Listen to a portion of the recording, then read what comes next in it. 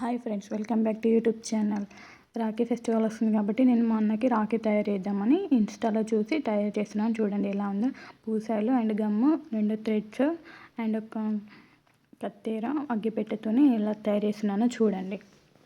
And నేను ఎప్పుడు ఇలా తయారు చేయలేదు అండ్ కొత్తగా అండ్ ఇలాంటివి కొన్నగానే దొరుకుతాయి. కానీ నేను మా ఫ్రెండ్స్కి వేరే వాళ్ళకి చూపిస్తే ఏమన్నారు, లేదు కస్టమైజ్ చేయించావా, ఎంత ఉంది అది ఇది అని అడిగారు. కానీ అది ఎంత ఉంటుంది అని మినిమం ఎంత ఉంటుంది, ఒకళ్ళు 100, ఒకళ్ళు 200, ఒకటి 250 to 150 అట్లా ఉంటుంది అని చెప్పారు. కానీ కాదు, ఇది నేనే తయారు చేసినాను. అబ్బో చాలా బాగా చేసావు అనుకుంటున్నారు.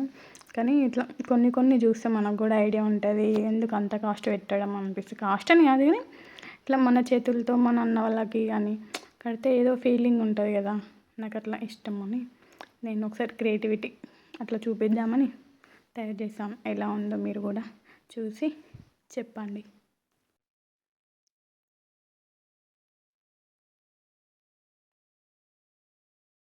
నేను కూడా కొత్తగా అంటే ఇలాంటి రాఖీస్ని అసలు చిన్నప్పటి నుండి మా అన్నకు అసలు కట్టలేదు కూడా.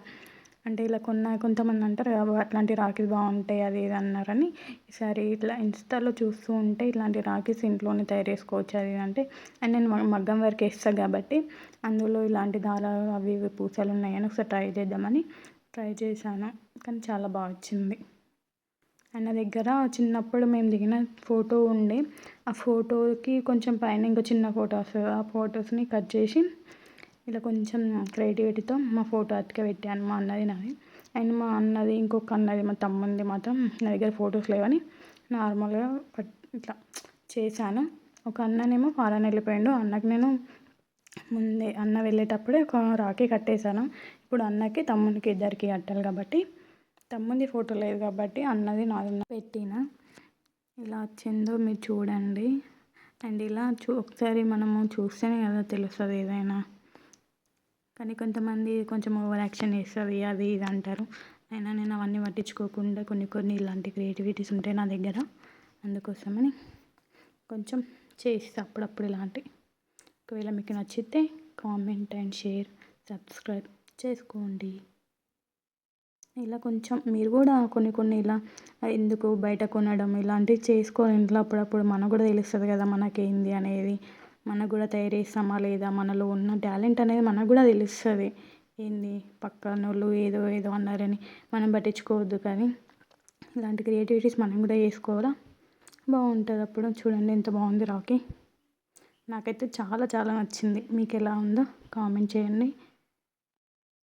అండ్ నాలో ఉన్న క్రియేటివిటీ ఇలా ఉంది. అయితే నాకైతే చాలా బాగా నచ్చింది. అండ్ నేను కస్టమైజ్ చేయించినా కానీ నాకు వేరే నచ్చకపోవచ్చు. కానీ ఇది నా చేతులతో నేను చేసుకున్నా కాబట్టి చాలా బాగుంది. అండ్ మా అన్న వాళ్ళకు కూడా నేను పంపించాను. అందరు చాలా బాగుందని చెప్పారు. ఏడ చేయించావు అని అన్నారు. కానీ నేను కాదు, నేనే చేసిన, ఎంత బాగుంది అని అన్నారు. అందరు చాలా బాగుందని చెప్పారు.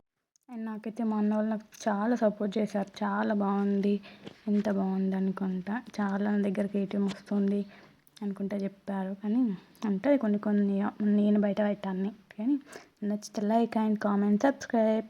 Thank you.